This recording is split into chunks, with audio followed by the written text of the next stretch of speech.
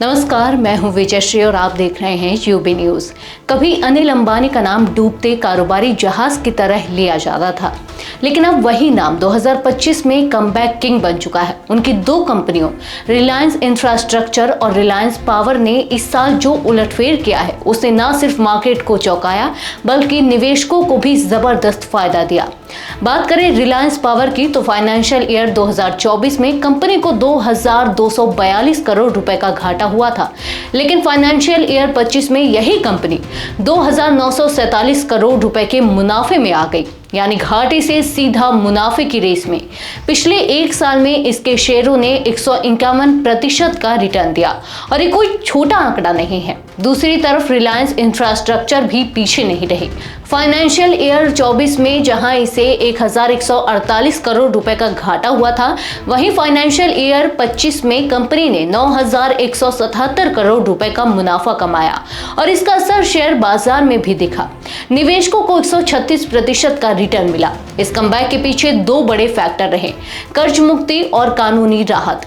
Reliance power अब पूरी तरह से डेट फ्री हो चुकी है, वहीं रिलायंस इंफ्रा ने भी अपना कर्ज काफी घटा लिया है और फुल डेट फ्री बनने की दिशा में बढ़ रही है।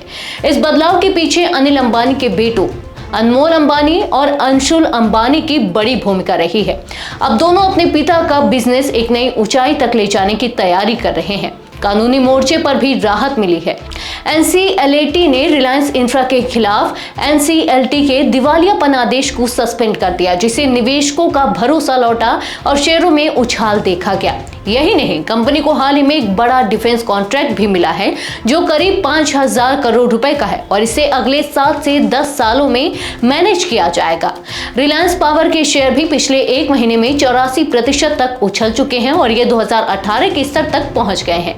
यानी जो लोग मान बैठे थे कि अनिल अंबानी की कहानी खत्म हो चुकी है, उन्हें 2025 में जवाब मिल गया। सिर्फ अनिल अंबानी ही नहीं, इस साल लगभग 40 कंपनियों ने घाटे से मुनाफे में वापसी की है।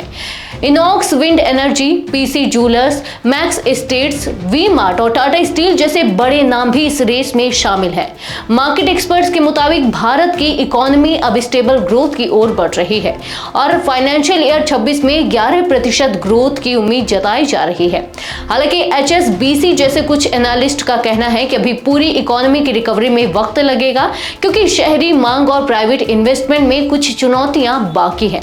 वहीं मोतीलाल ओसवाल की रिपोर्ट बताती है कि निफ्टी 500 की कुल कमाई में 9% की ग्रोथ आई है, लेकिन इसका 97% फायदा सिर्फ टॉप 10 कंपनियों को मिला है। यानी साफ है, कमबैक आसान नहीं था, लेकिन अनिल अंबानी ने दिखा दिया कि इरादे मजबूत हो तो शून्य से फिर से शिखर तक पहुंचा जा सकता है। आज के लिए बस इतना ही। अगर आपके इलाके में कोई समस्या है तो अब चुप मत रहिए, अपनी शिकायत हमें भेजिए। यूबी न्यूज आपकी आवाज को जिम्मेदारों तक पहुंचाएगा, निष्पक्षता और गोपनीयता के साथ। यूबी न्यूज, जनता की आवाज, जनता की ताकत।